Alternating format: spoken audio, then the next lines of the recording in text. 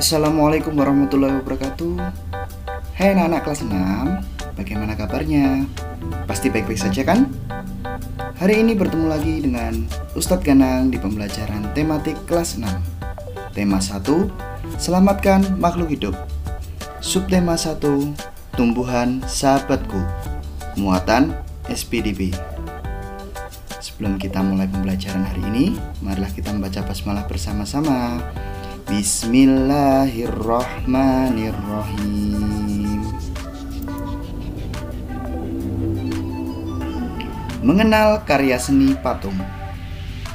Patung adalah karya seni 3 dimensi yang meniru bentuk manusia, hewan, tumbuhan, ataupun benda yang dibuat menggunakan teknik tertentu.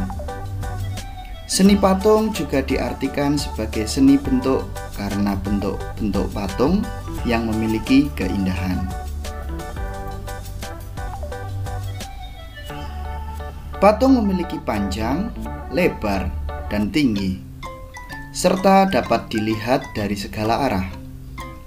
Seni patung juga diartikan sebagai seni bentuk karena bentuk-bentuk patung yang memiliki keindahan. Tujuan pembuatan patung adalah untuk dipajang dan dinikmati keindahannya. Fungsi patung. Patung religi sebagai sarana ibadah dan bermakna religius. Patung monumen untuk mengenang jasa pahlawan atau peristiwa bersejarah suatu bangsa. Patung arsitektur berfungsi sebagai pelengkap konstruksi bangunan. Patung dekorasi sebagai penghias bangunan, taman, atau tempat lainnya. Patung seni hanya untuk dinikmati keindahan bentuknya.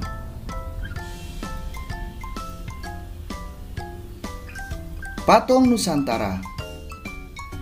Contoh patung Nusantara yang cukup terkenal adalah patung dari daerah Kasongan, Yogyakarta. Patung dari Kasongan umumnya terbuat dari tanah liat. Kerajinan patung dari Kasongan biasanya disebut gerabah. Hasil kerajinan gerabah Kasongan bermacam-macam, seperti patung Punokawan dan Loro Blonyo.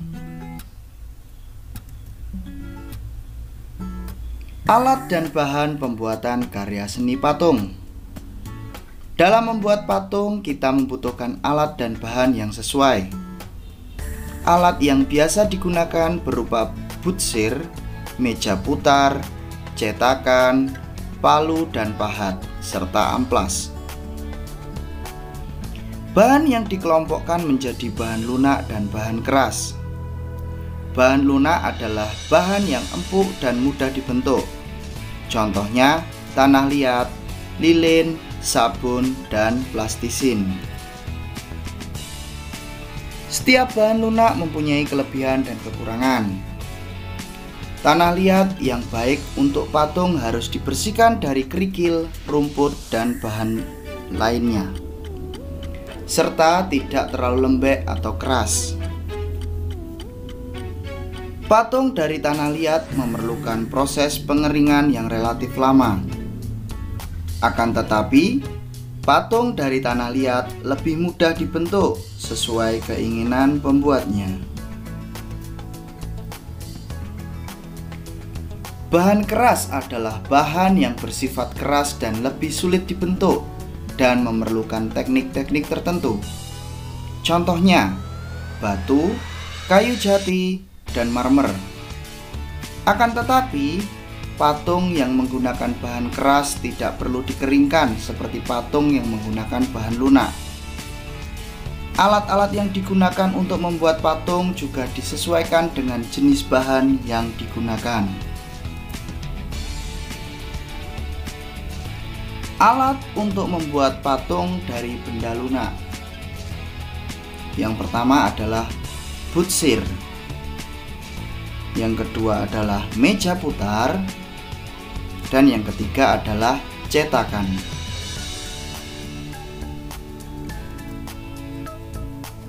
Alat untuk membuat patung dari bahan keras. Yang pertama adalah palu dan pahat. Yang kedua adalah amplas.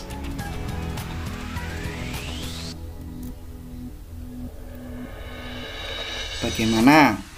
Seru bukan? Kalian bisa mempelajarinya dan mengerjakan latihan soal. Sekian pembelajaran dari Ustadz Ganang. Terima kasih dan selamat belajar. Ingat untuk tetap pakai masker, jaga kesehatan, dan di rumah saja ya. Sekian dari Ustadz Ganang. Wassalamualaikum warahmatullahi wabarakatuh. Dadah.